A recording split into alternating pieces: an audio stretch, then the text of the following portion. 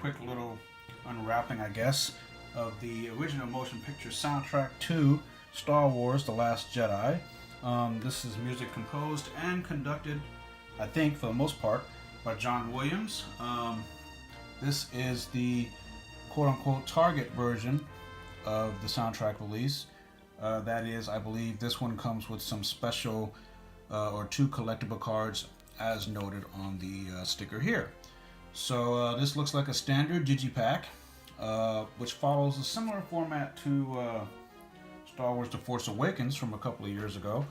And of course this is what it looks like all wrapped up. And so let me open it up just ever so slightly. And I can just kind of briefly show you what's inside. Alright. If I can just actually get the bloody thing open. Oh, here we go. I thought I got it.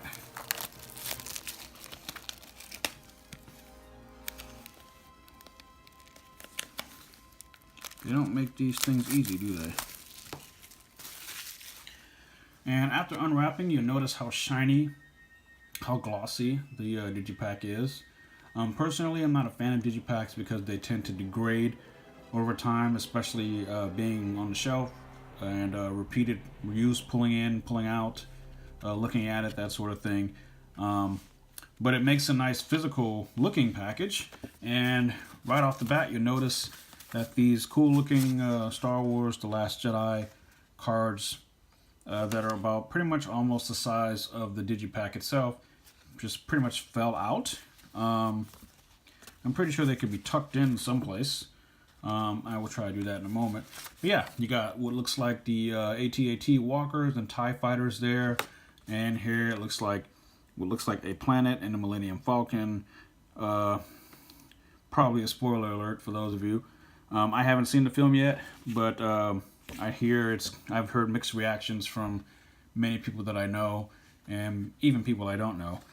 So I hope to see it maybe in the next few days. But any Star Wars soundtrack is a no-brainer, especially by John Williams. Hell, anything by John Williams is a no-brainer. But of course, any of his output from Star Wars is definitely on the top of that list of must-haves. So yeah, these are the 2 cards. Pretty nice, pretty cool. There's nothing on the back, just copyright information. So I'll put that aside. And again, you open it up and you get what it looks like artwork. It looks like the planet surface there, and you got what looks like some ships there, and that sort of thing. Here's the actual CD itself, and it basically just follows the same little format of artwork as the cover. Star Wars The Last Jedi, music by John Williams, got the Lucasfilm and Disney logos, etc.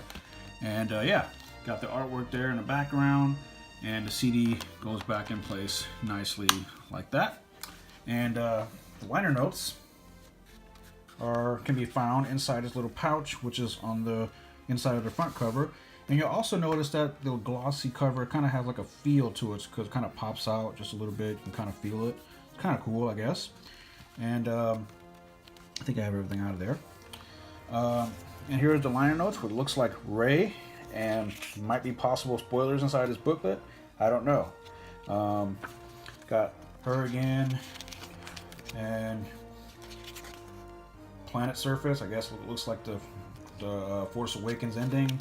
You got what looks like Luke there, and a flashback from the Force Awakens, etc.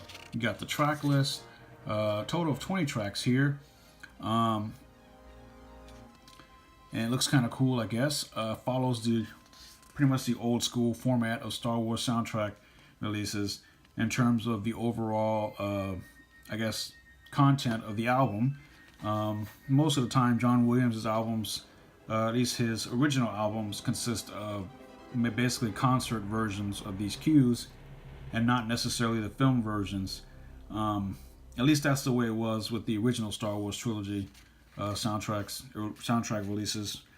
And in later years, of course, they've been revised and reissued in pretty much near complete forms. And I'm hoping that maybe, a few years down the line, maybe we'll get a completer, more complete version of this. But for 20 tracks, that's pretty generous.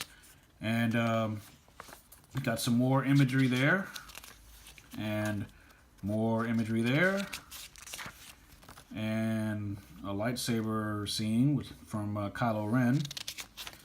And you got all the musicians listed here. Of course, probably a requirement by the one of the many musicians unions. And yeah, these are all the various people of the orchestra involved in the scoring or involved in the performance of the score. A lot of people there, pretty huge orchestra. And we got more screen caps there. Looks like Finn and I think Captain Phasma. And you got Chewie and the Penguin. Oh, excuse me, whatever it is. And you got the back credits there, soundtrack credits, etc., etc., etc. And Starfield in the back just has the symbol of the Rebel Alliance, or whatever you want to call them now. So yeah, that pretty much is the soundtrack released to Star Wars The Last Jedi. And of course, on the back, you also get, well, nothing. There's no track listing on the back, which is kind of a bummer. I kind of like having a track listing on the back as opposed to the liner notes. And a little bit of a letdown of this is that you kind of have to look deep in the liner notes to get the track listing.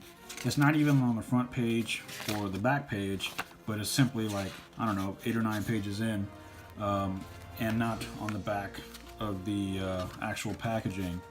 So I guess as far as content is concerned, there's really no differences between this and the version that you can probably get at Amazon or Walmart or at any music outlet or music store that sells physical media like this.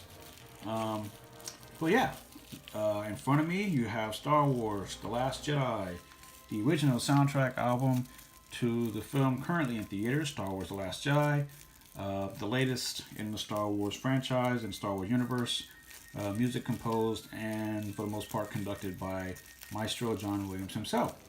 So yeah, thank you guys for watching. If you have any questions about this album or what it looks like, what it sounds like or anything, just leave me a comment down there and I'll be happy to answer your questions as soon as I receive them. So yeah, thank you so much for watching, and may the Force be with you all.